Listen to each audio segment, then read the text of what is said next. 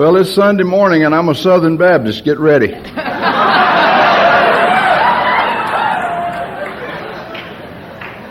My name's Tom Brady, Jr. I'm an alcoholic. And by the grace of God, I haven't had a drink since July 20th, 1965.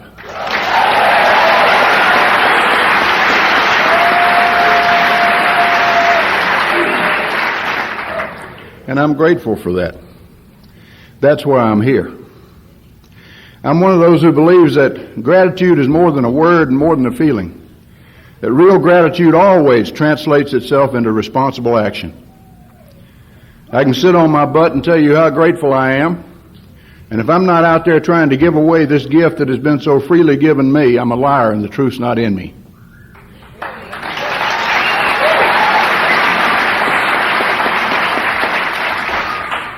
There's a book we used to look at on Sunday mornings that says it really clear.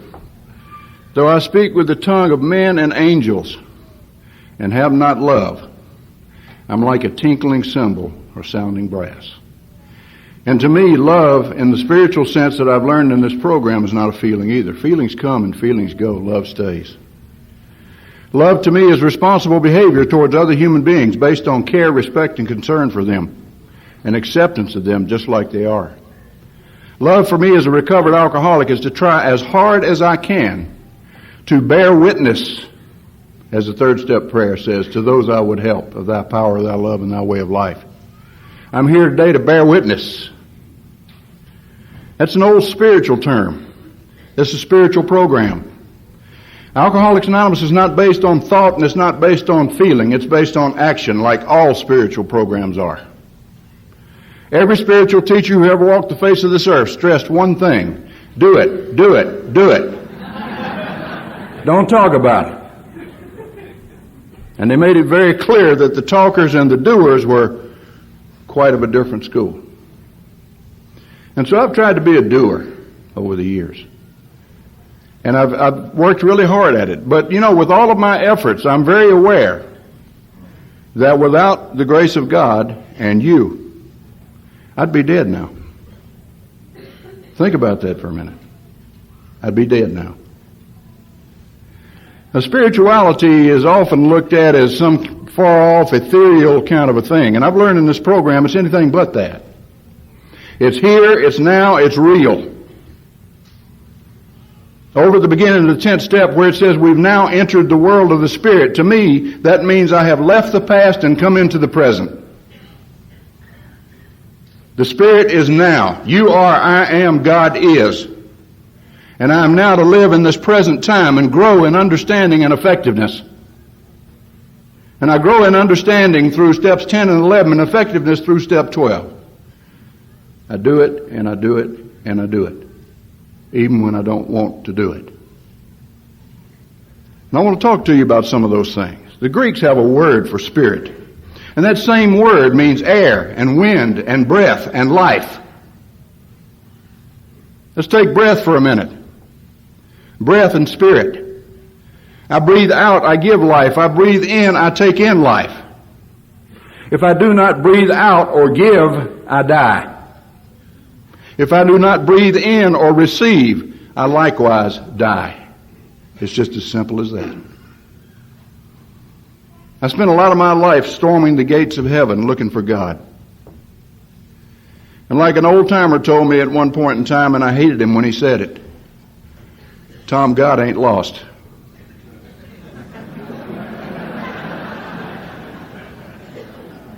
And he's not.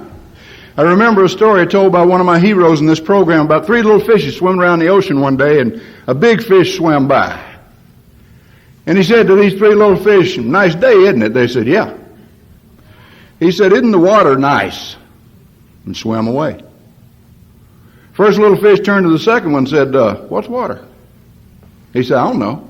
They turned around and asked the last little, "What's water?" "I don't know."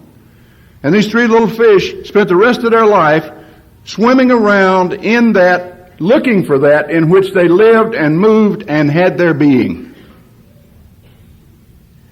So it is with God. Be still and God will reveal himself to you. Another line from that book, which is not conference approved, but I'm going to use it anyway. Those that wait upon the Lord shall renew their strength. They shall run and not be weary. They shall walk and not faint. They shall mount up with wings like eagles. Damn, that's worth waiting for. So it's not an ethereal thing. Another thing I've noticed about spiritual teachers, they're always advising me to become like a little child again. I've seen some little kids running around here this morning. They're absolutely gorgeous. I don't want any more of them, but they're absolutely gorgeous.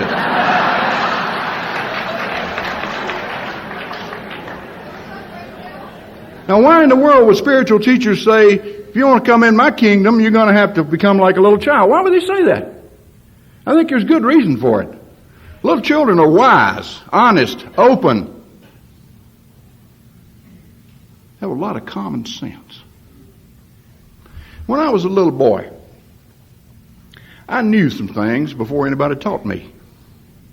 And you did too. And one of the things I knew was when I was beyond my limits, if I went and got somebody bigger than I was and turned the problem over to them, there was a good chance the problem would be solved. I knew that.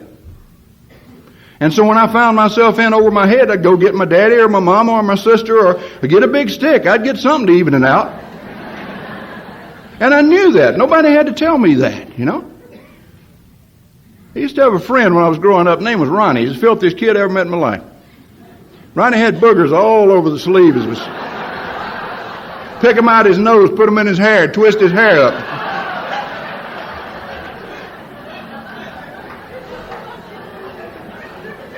And Ronnie's mom and daddy were street drunks. He didn't have anybody to take care of him. And I loved Ronnie, but I was scared of him. And I could beat him at two things. I could beat him shooting marbles, and I could outrun him, which was good because I was scared of him. Now, the game of marbles, any of y'all ever shoot marbles, very simple. The rules are simple. You win, you get the marbles. I'd win, Ronnie'd take my marbles. And I was scared of Ronnie. But I knew if I got somebody bigger, I might get my marbles back, and I'd go get my daddy. I'd say, Ronnie's got my marbles again, Dad. And he'd say, did you win, son? I'd say, yes, sir. Let's go get them back. Go over to Ronnie's. He'd say, son, did you get Tommy's marbles? Yes, sir. Did you win? No, that's not right. Give them back. Okay. It was just as simple as that. Okay. Now, I've heard philosophical dissertations for 32 years on the first three steps of this program. If I look at it through a kid's eyes, it falls out real simple like this. Step one says I've lost my marbles and I can't get them back.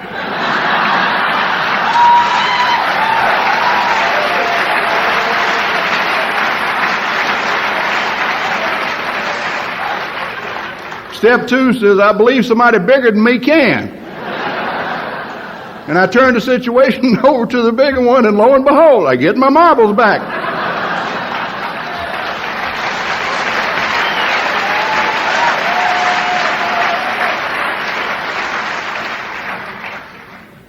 So I've come to simplify, especially for the new people here. And for those people who are in that state that Clancy was talking about last night, where you're sober, but you're miserable. Over in North Carolina, we call it 5-year menopause. We do. It's an excruciating time. I'm sober. Everything's wonderful. I feel like shit. I want to talk to you. I want to talk to you in little red hen language about what I believe about me as an alcoholic. Of what I believe about me and my alcoholism. Okay? First off, I never liked me very much. I always considered myself a failure. Now, I'm a perfectionist, and by definition, I'm going to fail at everything I do. And the more I'd fail, the less I'd like myself. And I'd fail over and over and over and over again. And since I didn't like myself, it became very important that you did. And so I performed for other people to get their acceptance and approval. My whole life was a performance. I knew what it said in the big book was true about me when it said the alcoholic is very much the actor. There's his stage character. This is the one he wants the world to see. I had 100 stage characters. Whatever you wanted me to be, if you'd approve of me and accept me, I'd do it. And I still have periods of that. One of the greatest jobs I've had in this program is to accept me, all of me, with my glitches and my warts and my imperfections and my goodness. Because I realize today that I'm a combination of lightness and dark. I always will be. We are not saints. But I've come to be able to accept, like someone said to me not long ago, some people think you're a saint and some think you're a son of a bitch. Which one are you? And I said, both of them. And I am. And that's all right. But God, that self-dislike reached a point where I hated my guts. And I hated them so badly that when things got going good in my life, I'd screw it up. Like the big book says, I'd build up a bright outlook for my family and bring it all down around my head with a senseless series of sprees. I'm also the kind of person that always believes that anything that feels good should be done to excess. If it feels good, overdo it. And I ate too much, and I drank too much, and I gambled too much. And I remember when I found out sex felt good. Y'all remember that? I was by myself just like all of y'all were.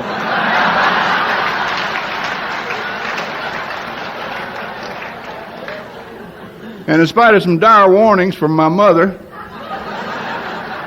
about a certain part of my anatomy rotting off and going blind, I figured it felt so good I'd keep on till I was nearsighted. It's one of my big successes in life.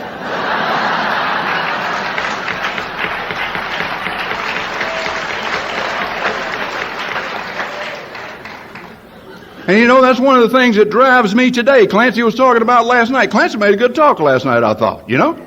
He talked about that old jet. They don't put on no brakes. They put the engines in reverse. Okay?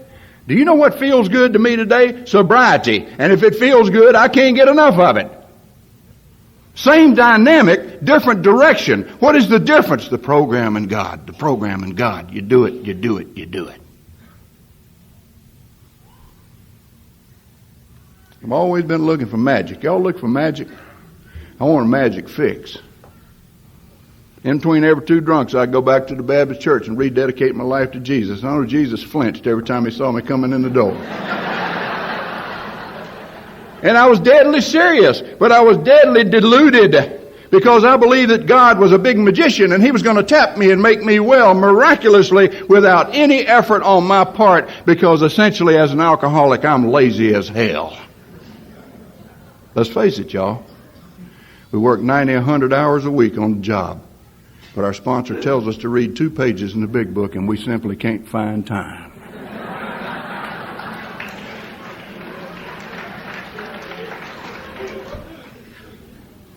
Let's face it, you know. And I wanted instant results. Damn the process. Fix me and fix me now. God, I dare you. There's no magic. Magic, by definition, is illusion. And it don't last. Always been the kind of person who likes to do everything at one time, do it all perfectly. Get home, have phone calls, you know, and I'll start answering the phone calls, have letters, start answering them at the same time. You ever try to pee and comb your hair at the same time?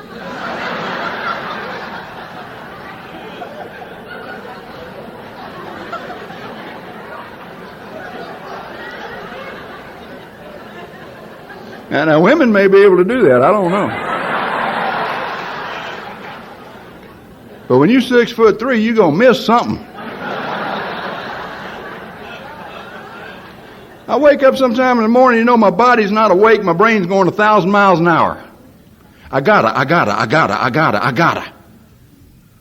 That's the reason that period of quiet in the morning is so important to me. Just sit there and focus on my breath. Nothing else, just focus on my breath. And that old mind's just running crazy up here, but I ain't looking at it. I'm looking at my breath. I'm serious. Every good form of meditation focuses on the breath. I ain't trying to do nothing holy. I'm trying to let go and let God. I'm trying to take my focus off this monkey that runs around my head up here all the time, chattering and falling, and put it on quietness and stillness so that God can reveal himself to me. I've always been a great starter and a poor finisher. Everything I ever did in my life, I went into it full speed. I had two basic speeds, full speed ahead and stop. And I'd go into things and I'd master them. I'm a very intelligent human being. God gave me a very high IQ, which damn near killed me. And I'd go running in and master it, thinking, this is it. And it wasn't it. And I did that in Alcoholics Anonymous. I'd come zipping in full speed ahead when the law was on my butt. And then something incredible would happen. I'd get feeling better. And the law wasn't chasing me. And my dog was licking my face again. And I'd pull it back on stop and go right back out and do it again. Okay? When I say I'm an alcoholic, I mean I live in a body, you new people listen, that will not handle alcohol. It never would, and it won't now. When I put alcohol in my body sent me a clear, instant, certain message. Get some more of that stuff, Tom, and get it right now. Now, Dr. Silkworth calls that the phenomenon of craving. It doesn't happen in the average normal drinker, but it happened in me instantaneously. And the scientists say I have a biochemical genetic disorder having to do with the hypothalamic information control center in my brain. I read that and I said, shit.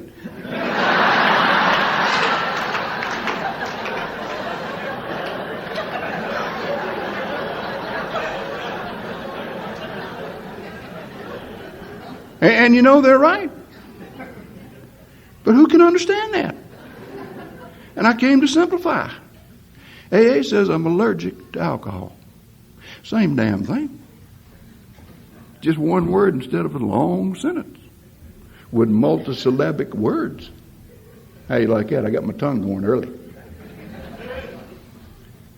And I had a mind that kept telling me I could do what my body wouldn't do. Did y'all have a mind like that? Someday, somehow, if I just handle it right, I'm going to learn to control and enjoy my drinking. And psychiatrists get hold of that and say I'm a narcissistic, egocentric, dominated by feelings of omnipotence, intent at all cost on maintaining my own inner integrity. And I said, shit.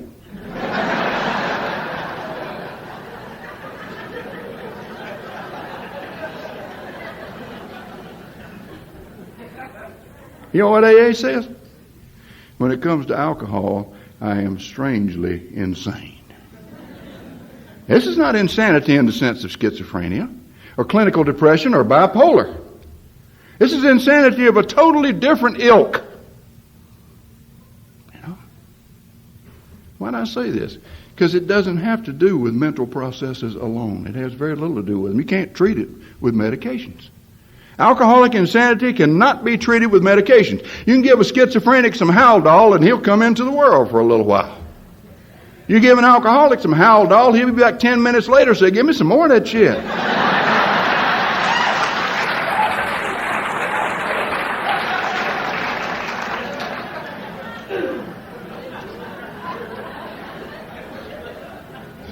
You can lay some people down on the couch, got emotional problems, they can talk it out and everything. You lay an alcoholic down there, he's going to say exactly what you want to hear.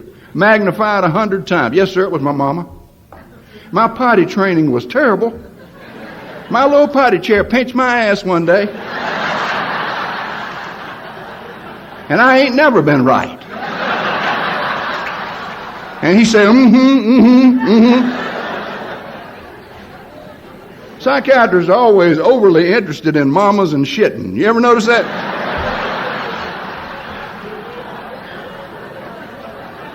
The strange insanity of alcoholism responds to one thing and one thing only, because it is based on my being disconnected from something I mustn't be disconnected from. It responds only to power. Page 45. Doesn't say lack of good Intelligence was my problem. Doesn't say lack of a good mind was my dilemma. It says lack of power was my dilemma. That I had to find a power by which I could live. And obviously that power had to be greater than me. So it's a kind of insanity that only responds when I can reconnect with that which I have become disconnected from, that power source. And I believe that with all my heart. And what separates Alcoholics Anonymous from all other programs that ever came into this world to deal with people like me is it says I am spiritually sick too.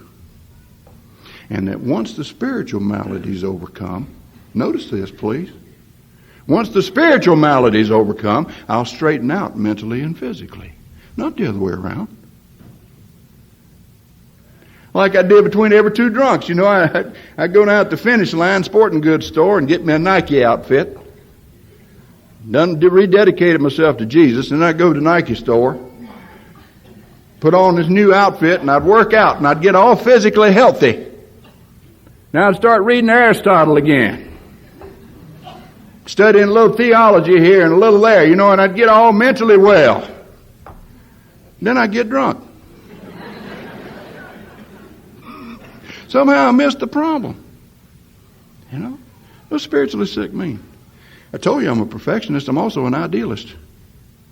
I'm a hypersensitive romantic dreamer. I've never been satisfied with life or me or you the way it was. I always wanted more. And in order to get that more, I became an ace manipulator. I tried to control people.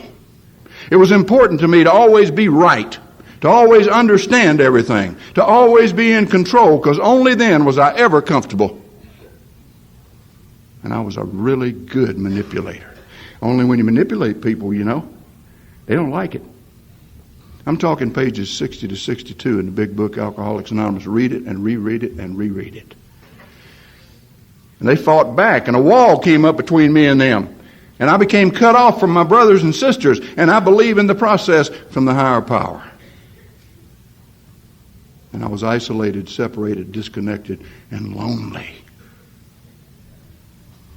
And the Alcoholics Anonymous program is so simple, it's beautiful in its simplicity. It says the way out of this is you get spiritually well. Well, how do you do that? Well, first of all, you quit playing God. Quit trying to be in control. Quit trying to be right. Go take a look at that wall that you've built. Identify the stones in it. Go talk it over with somebody else to make sure you haven't missed any.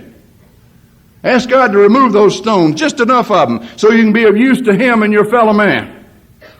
Step across, make restitution, rejoin your fellow man, and you'll rejoin the power. And you'll be sane. That's too damn simple, isn't it? Intellectuals don't understand that. I didn't understand that when I was working up here on this plane. Any of y'all working on this plane? If I told an intellectual today, you know, he'd say, you know, you've been sober 32 years, you must be an awfully strong person. And I'd say, no, sir, I'm pretty weak. And he'd say, that makes no sense. And he'd be right.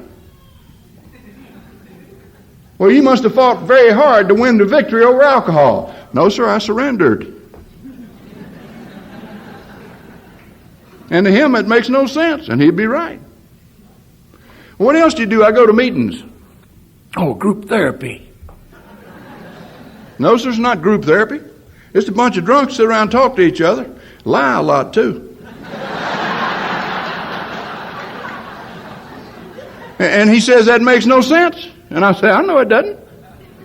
Well, what else do you do? I have a sponsor. Oh, a psychotherapist. No, sir, he's a plumber.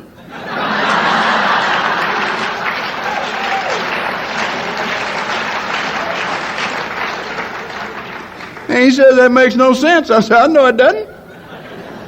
Well, what else do you do? Well, I have to follow this program. Oh, the great metaphysicians and theologians got together and laid you out a program. No, sir, it was put together by a bunch of drunks. And he says that makes no sense. And I said, I know it doesn't. And he's beside himself by now. Well, who founded this outfit? It's a bankrupt stockbroker and a proctologist who had lost his ass.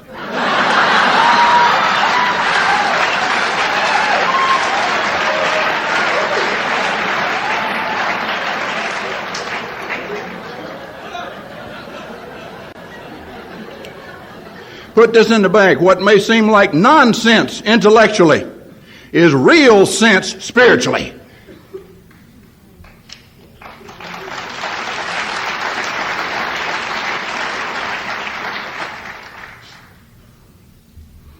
As long as I can remember my life, I was mad.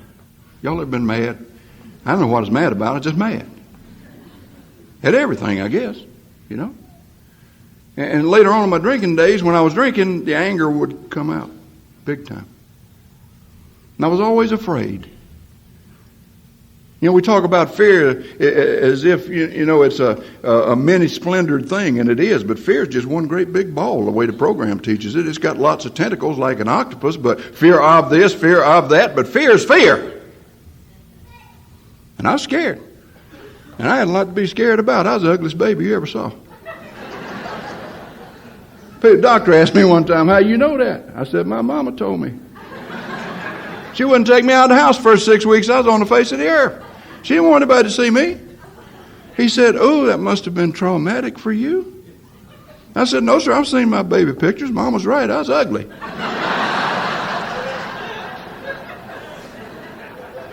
And it didn't get much better as I grew. I was one of those skinny little kids, you know. Skinny little boy, you know, my shoulder blades protruded badly.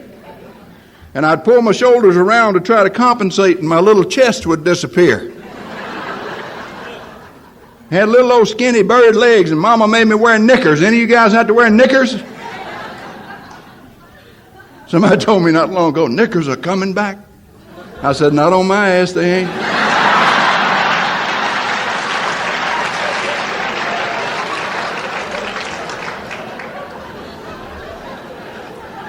If that wasn't bad enough, I had freckles. I had freckles from the soles of my feet to the tip of the longest hair on my head. I had freckles where people never afforded having freckles before. And I hated them. I always wanted to be a macho man, you know. Isn't it funny how you always want to be something you ain't? Whatever it is you are, that ain't what you want to be, you know. I always wanted to be a charter boat captain or a hitman for the mafia. There's a control problem for you, isn't it? Damn, that's pretty ultimate. And I dream about that stuff. I just remember the story old Jacko used to tell about dreaming. You know, when you're living in a dream world, you miss a lot of life. He said these two winos woke up under a bridge one day. Then one of them said to the other one, I had the best dream I ever had in my life last night. He said, well, what'd you dream? He said, I dreamed I went home. Mama gave me $100, told me to go spend the whole day at Disneyland. He said, you go? Yeah, I went. I had the best time I ever had in my life. Rode all the rides, saw Mickey Mouse and Donald Duck, looked at all the pretty girls, went to the shows. The other old wino said, that ain't nothing. I had a better dream than that. Oh, yeah, he said, what'd you dream? He said, I dreamed I had a luxury apartment, 2 cases of Jack Daniels. And the door opened up, and 2 most beautiful women you ever saw in your life came through and started taking their clothes off. And the other wino was all caught up in the story. And he said, why didn't you call me?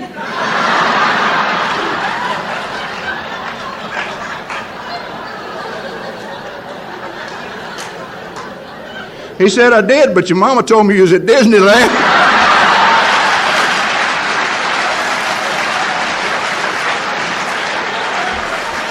You remember that? That's an old Jacko story out of San Antonio.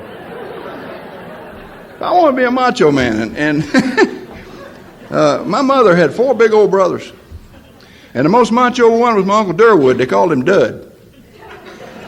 And Dud was a motorcycle cop back in the days when they wore riding breeches, leather spats up to their knees, and he had a harness across here with silver bullets in it, and pearl handle 38 sitting high on his hip, and he smelled like gunpowder and shaving lotion, and he squeaked when he walked. That's macho.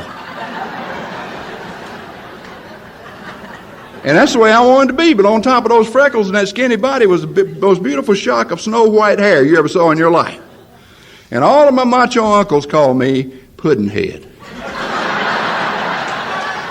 How in the hell are you going to be macho when people call you Puddinhead?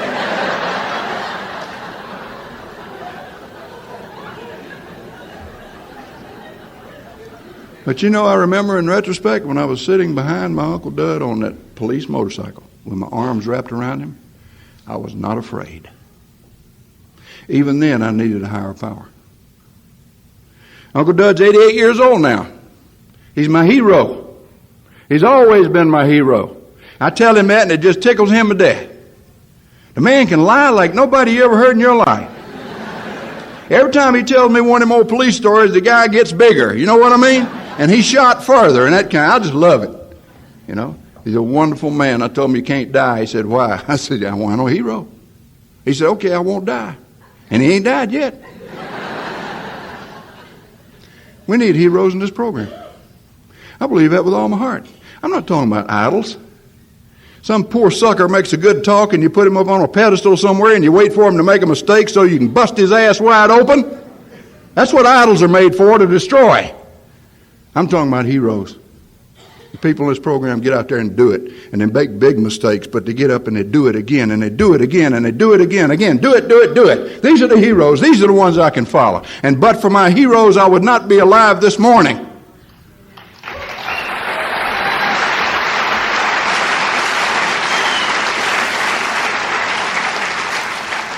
And most of them are dead, but they're not. You understand that? They're not. As long as I'm walking around, they ain't dead. Because I'm a sum total of what they gave me. It is their spiritual teaching that feeds me to this day. You know, I heard old Jack O talk in 1965. I laughed so hard that I cried. I just thought, this is wonderful. I didn't know it was all right to laugh, you know, and damn sure didn't know if it was all right to cry. And I've learned since that laughter and tears, that's God's way of cleaning out my soul. And I laugh a lot, man, and I cry when I got to. Sometimes when I don't got to. You know? I was a sad little kid. But my childhood wasn't that bad. I get sick of these people talking about their parents. Damn it, my parents weren't perfect. My mama was a black belt Southern Baptist. Just think on that for a little while. Who would have breathed for me if she could. Who tried to relive her whole life through me. And I hated her for it. And I love her to death. She was one of those poor people who didn't know how to openly express their love. She didn't know how to do it. She didn't hug me and kiss me much until the last 7 years of her life when she had Alzheimer's. She just couldn't let me go. She loved me dearly. But she didn't know how to express it the way that we understand it being expressed. Can't we cut our parents some slack?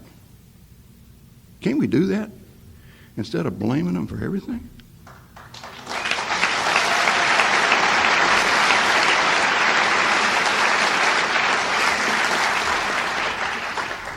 I think the Eagles put out a song about that. Turn on the tube, and what do I see? A whole lot of people crying, don't blame me. Point their crooked little fingers at everybody else. Spend all the time feeling sorry for themselves.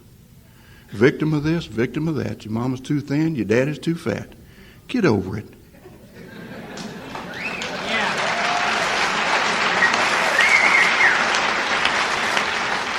It's like going to confession every time I hear you speak. You're making the most of your losing streak. Some call it sick, but I call it weak. You drag it around like a ball and chain. You wallow in the guilt, you wallow in the pain. You wave it like a flag and wear it like a crown. Got your mind in the gutter bringing everybody down. Bitch about the present and blame it on the past. I'd like to find your inner child and kick his little ass.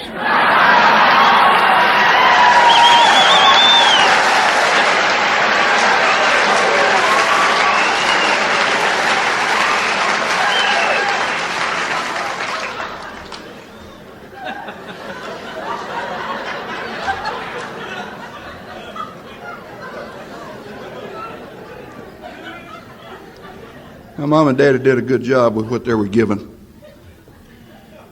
And I lived in a little town where I was lucky enough to have an extended family on the block where I lived, and those things are things of the past now. All the kids belonged to all the parents, and all the parents belonged to all the kids. You know, it was wonderful. And I remember these people with fondness because I had some good times in my childhood. I don't want to paint you a totally black childhood. It was glitches and dark and light too, just like everybody's. Remember the lady next door, her name was Lena. She's the best cook on the block. Best eater on the block. Lena was heavy. I used to love to hug Lena, you know. When you hugged Lena, you had a titty in both ears.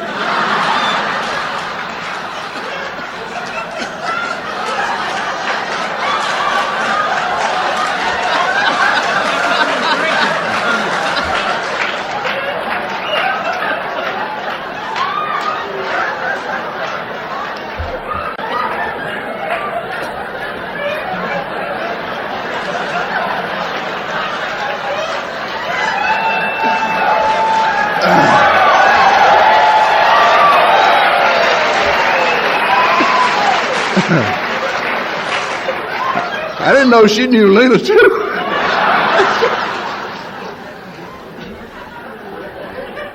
And Lena rubbed me on the head and said, I love you, Puddin', and I just go,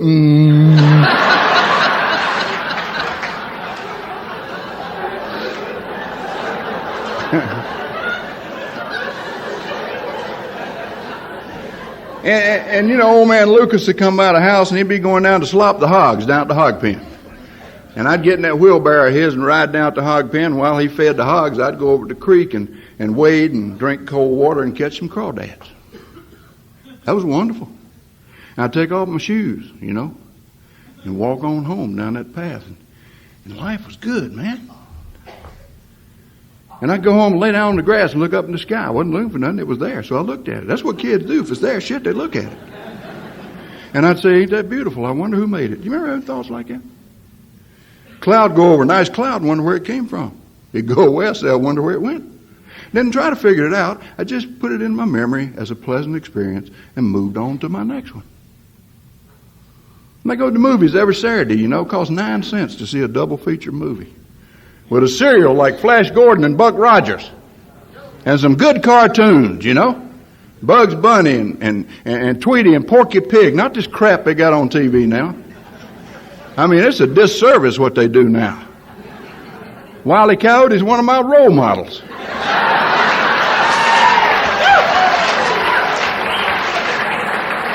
Whatever you say about Wiley, he sticks to it, don't he?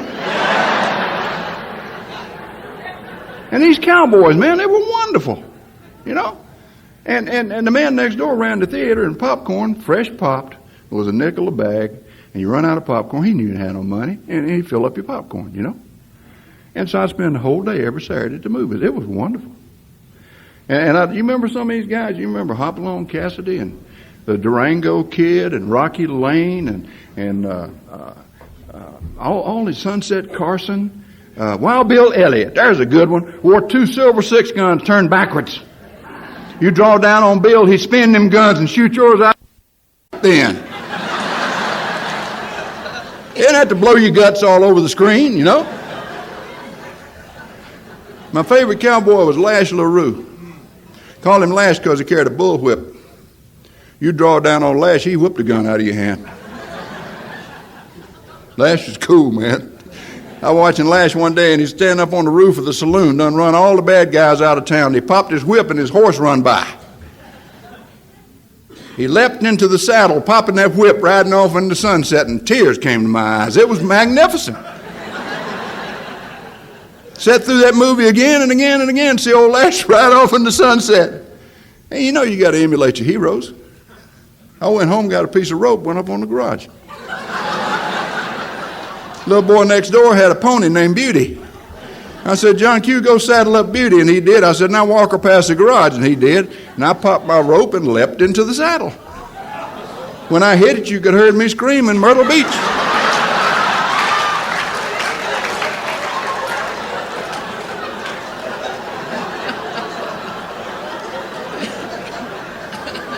I don't know if that's a spiritual experience, but I ain't never forgot it. And 30 minutes later, I got my breath back. I started wondering about Lash LaRue.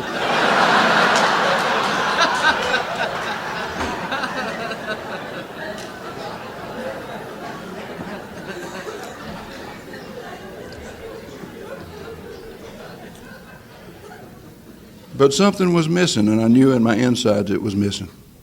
That's as clear as I can put it. And I knew if I ever found whatever it was that was missing, everything was going to be complete and total. There was an emptiness inside of me, and I didn't know what made it. And I took my first drink, and the emptiness was gone. God, that was powerful.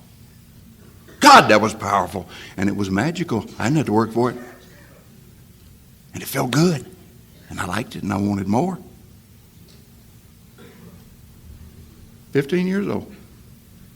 Blacked out the first time I ever drank. Was a blackout drinker from the word go.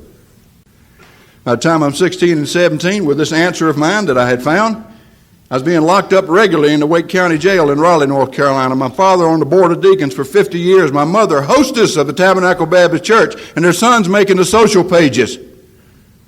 And I disliked myself some more, and some more, and some more. Time I'm 23, I'd had over 1,000 stitches taken in my face alone as a result of drinking. And I was still telling myself, someday, somehow, if I just handle it right, I'm going to be able to control and enjoy my drinking. Because it was the only answer I'd ever had. It was the only thing I'd ever found that would fill up that emptiness even for a minute. I know what Clancy said last night. I quit drinking. I was a wow man. Sick. And I had to have that place filled in me. I'm not going to bore you with a drunk-a-log. It's not important. I first came to Alcoholics Anonymous when I was 23 years old. I'd been in the service and I'd been booted out.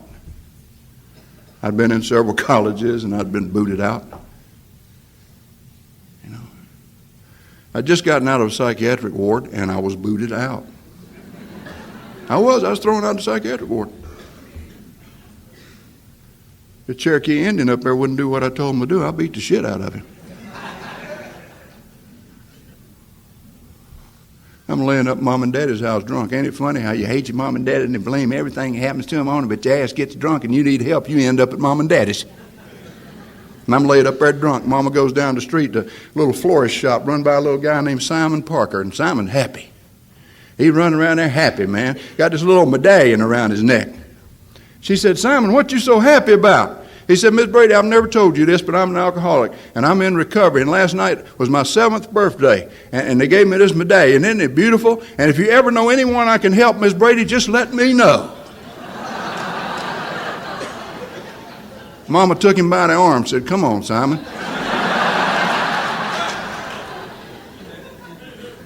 Now, here's the picture, y'all. She's taken Simon Parker to see a boy, okay, who has lived by his wits, who even when he was drunk has made straight A's, who has always finished on top of everything he's ever done. He's an intellectual nightmare. And on top of that, he's full of religiosity. He knows all the spiritual answers too. Simon hadn't his sense. He'd gone on back to the florist shop. He took me to a meeting. Well, I went at AA like I'd always gone at everything else, full speed ahead. Master it. Rise to the top. I like control. I didn't say I used to. I said I like control. And some of y'all saying, I don't like it. If I was to pull the bus of life in this room today, every person in here would go for the damn steering wheel.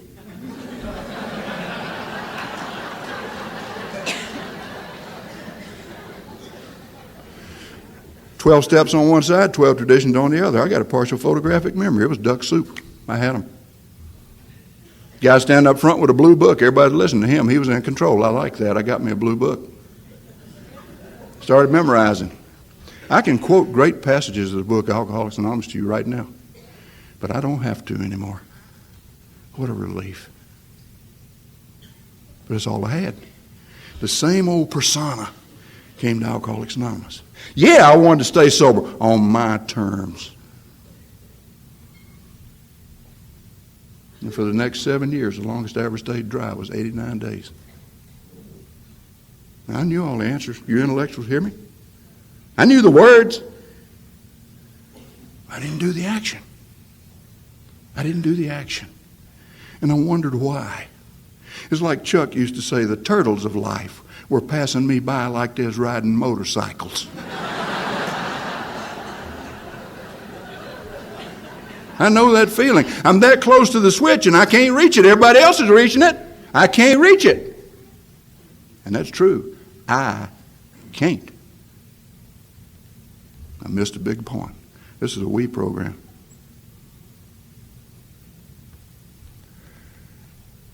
Oh, I hurt, and I met some of the hatefulest people I ever met in my life. They were ugly, profane, talked in circles, nonsense, and people called them old-timers. There's one old boy up in Burlington, North Carolina named Bill Crumpler. He's dead now, God rest his soul. I hated that man. I called him Grumpy. He'd wait for me at meetings. He denied that, but he'd wait till I got there. As soon as I got through the door, down would come the finger. How you doing, boy? I'm fine. Back me into the corner with profanity and tell me how I was. That's scary. Boy, he'd say, you can't think your way into good living. You got to live your way into good thinking. And I think to myself, you dumb old bastard, shut up. I didn't say it to him because I was definitely afraid of him. Boy, how come you always looking for God? God ain't lost. There it came. I hated this man. So I had to get him on my side. That's the way I always played. You don't like me, I'm going to get you on my side. I went out to save a soul. Wasn't 12-step call. Hell, I went to save a soul. Found this guy in a cabin, log cabin, been in there for 2 months, no indoor plumbing. He was turning blue. I got him over at the hospital, got a woman from down the street. We swept out that place, shoveled it out, and hosed it out. It was filthy. Got him back from the hospital, and he was going to live. I thought, I got to call Grumpy and get him to see what I have wrought. And then going through all that stuff, when Grumpy got there, I'd found a gallon of wine, and I was drunk as hell. And he was not impressed.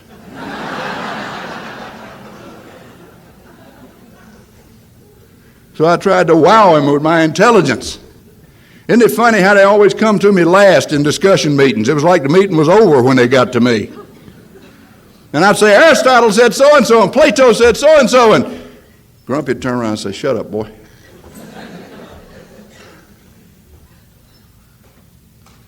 And I drank on, and I suffered. I hurt. I knew there was an answer. I knew there was a switch, and I could not understand why I couldn't reach it. And on or about July 20th, 1965, I got a whack from alcohol. I can't take any credit, you know. Alcohol got me here. It beat me, as the book says, into a state of reasonableness. I didn't even know it. I was on 5 years probation. I was never supposed to drive again in the state of North Carolina. I had 2 years on the chain gang hanging over my head. All I had to do was get caught drinking. And I come to on the floor. I'm a professor at a college, and I'm about to lose my job. My wife and daughter are gone, as they always went when I'd get drunk. I don't know what was different this morning. I came to and I kind of understood, Tom, you can't drink. Isn't it funny how it finally dawns on you? I'd said that before and I'd known that before. But this time it wasn't just a surface thing, you know. It had some depth to it. And Tom, you can't quit. And you're going to die. Now, Grumpy had already told me one night when I called him for help after it was too late. Did you ever call for help when it's too late? Test patterns off TV, all the liquor's gone, you say, shit, I need some help. And I called Grumpy, and before I could say a word, he said, boy, don't you ever call me again drunk. Matter of fact, don't you ever call me. If you want to get sober, you know where we meet, and don't call me to come get you. You can walk. And he said, frankly, I don't give a damn if you ever get sober. That hurt my feelings. I said things about him you ought not to say about any child of God, and I bless him for it now. He never changed. Last time I saw him, he's dying with bone cancer. I've been sober 16 years then. As I walked through the door of the hospital room, down came the finger, and he said, boy, you'll never make it.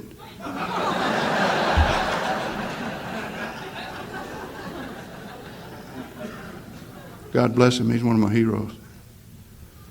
I walked back to Alcoholics Anonymous. I made a profit out of it. I didn't think it would work. I didn't think it would. I'd been there, man. I understood the thing. I didn't think it'd work. But one thing had changed. This thing was not working. I was rum dumb. You understand? And I thank God for that. I just went. Well, the people there found out I was walking, and I never walked again. I didn't have a driver's license the first 2 years I was sober, and I went to a meeting every night. They didn't do like we do today when a new person comes in and say, here's my number, call me. They said, what's your number? And I got 6 or 8 phone calls a day from people who said they were glad to see me, which I knew they weren't, and they were glad I was there and things. And they talked to me in a language a brain-dead person can understand. Then come in and said, let me tell you about God. I'd have fell in 1,000 pieces. You know what they said to me? Sit down. Shut up. Get in the car. Now, damn, I could understand that.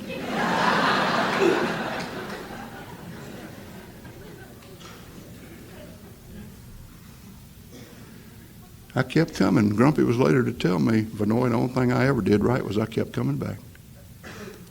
He said, we thought we was going to go bankrupt buying white chips, but you finally made it. I saw this man in the group that I liked. People kept talking about a sponsor. I've had wonderful sponsorship. And I was scared of this man because of his eyes. He had clear, sparkling eyes.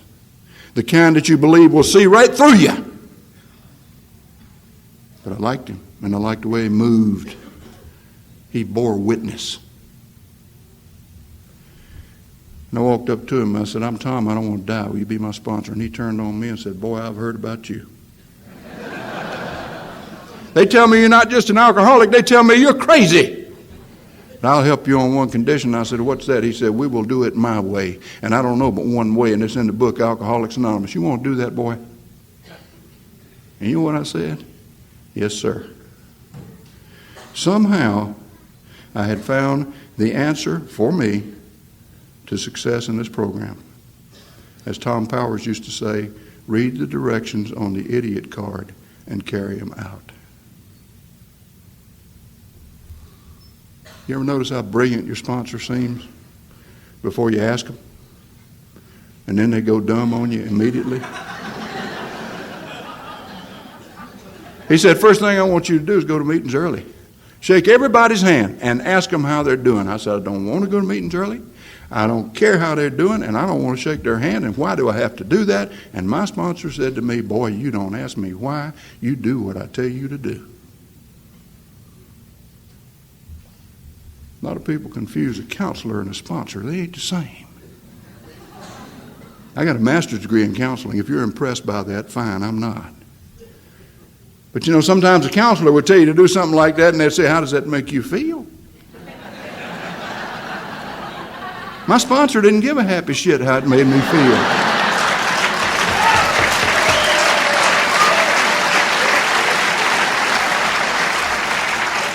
Matter of fact, he said to me over and over, effort, result, go through the motion, the emotion will take care of itself. Nobody cared more about my feelings than Harry. Nobody. But he knew there were certain things I was going to have to do no matter how I felt or what I was thinking, because action to him was the magic thing. And we went to meetings every night. My wife would say, he's here. I'd say, who? She'd say, the lone arranger. That's what she called him.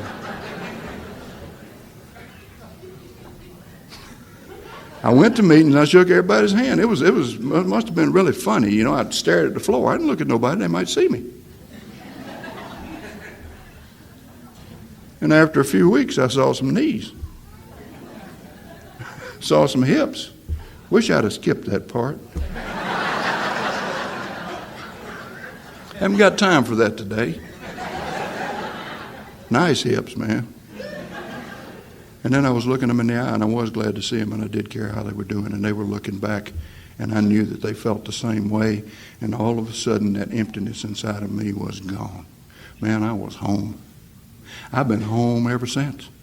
I don't care if I'm in Omaha or Saskatchewan. You take me to an AA group with my brothers and sisters of the Spirit, and I'm home.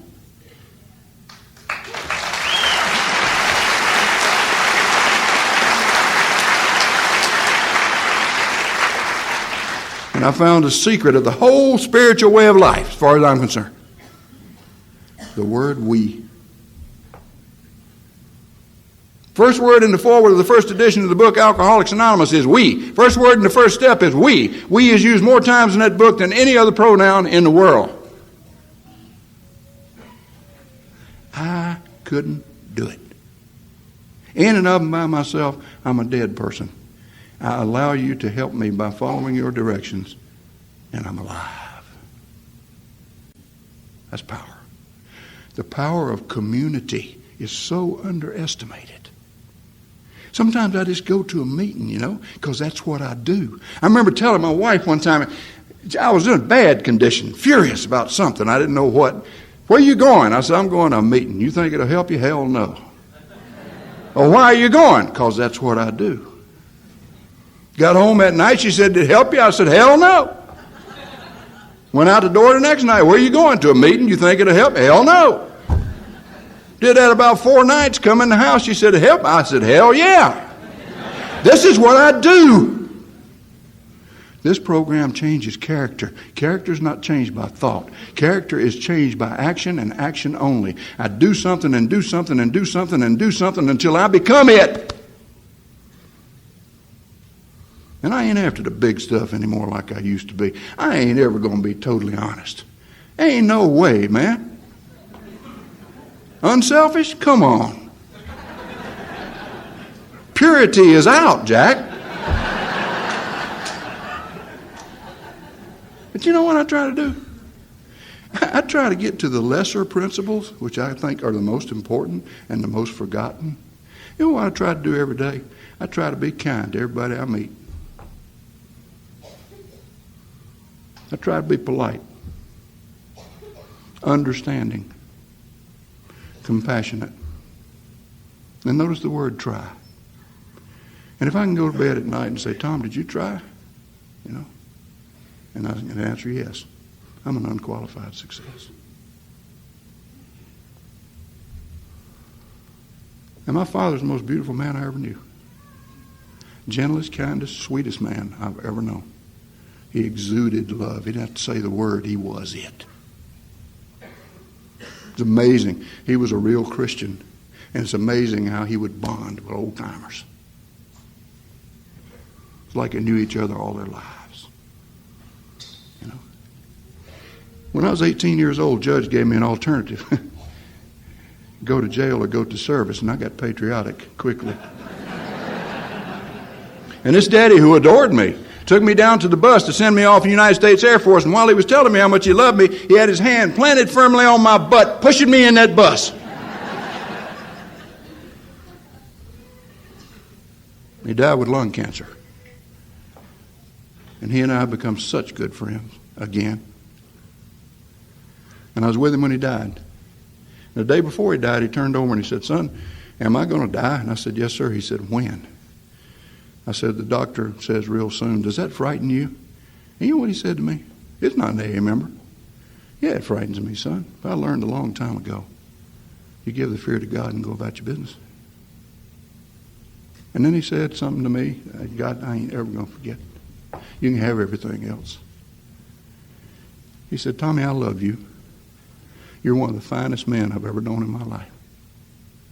Now, it's the same father that pushed me on that bus. Same son that was pushed on, but something radical has happened. You know what I mean? There's been some changes here. My son got up to introduce me at an AA meeting. Thank God he's been sober over 5 years now. And he said, the guy is going to talk to us tonight is one of the finest people I know. He said, he's my hero. He's my dad. You can't get that in a bank.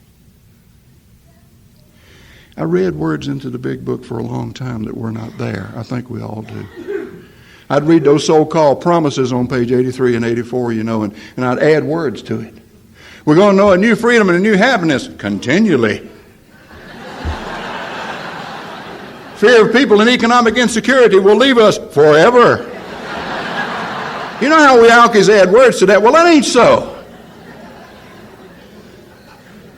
Let me tell you, life goes on. Benoit was talking about it yesterday. It goes on. The last 6 or 7 years of my life, Lord, have mercy. Cancer, emphysema, high blood pressure, deep vein thrombophlebitis, a wife who I loved with all my heart walked out on me. My mother died. This wife that walked out was killed in a head-on collision. My dearest lady friend in the program, I call her my second mother, died shortly after this. My best friend in AA died. It was like somebody died every day. And I'm getting sicker and sicker and sicker. And then last February the 11th, my oldest daughter, Christy, 37 years old, died of alcoholism. Did I grieve You're damn right I did. I still am. Did I yell and scream and question the wisdom of God? Yes, sir. Did I want to die? Yeah. Especially after Lisa left. But guess what? Not once did I think about taking a drink. What this program promises, if I maintain my spiritual condition, is that I will be sane. The obsession to drink is gone. Happiness and all the rest, that's relative. That's marginal. Sanity's a thing. Read the big book with that in mind. Even so, as God restored us all to our right minds. And I thank God for that. To take away this god-awful obsession. To give me life all over again. To rebirth me. To give me the opportunity to be like a child again. How do you be like a child? Children know. My son Jason, when he was little, he was a potty chair philosopher. He sat on his potty and he wanted somebody to sit there and talk to him. And I never will forget him saying to me one day, Dad, why don't I be the dad for a while and you be the son? I said, how do we do that? He said, it's easy. I'll grow up and be the father. You grow down and be the kid. The 12 steps of Alcoholics Anonymous, if they are nothing else, are a process of growing down to become a child of God. And what's more, an anonymous child. No greater, no less than anyone else. But loved just as much by God. I don't comprehend God. I don't need to. I don't try to explain God. I can't. I just relate to God. I think about God as often as I can as I go through the day, and I have a little conversation with him. If I see a pretty flower, I say, thank you for the flower. If I do something right, I say, thank you for helping me do something right. If I do something wrong, I say, see, I did it again. If it weren't for you, I'd always, help me correct. God is so comfortable now that I'm not a theologian. Please remember one thing. God loves you. I love you. Please remember to be gentle with yourself and with the people around you today. Thank you.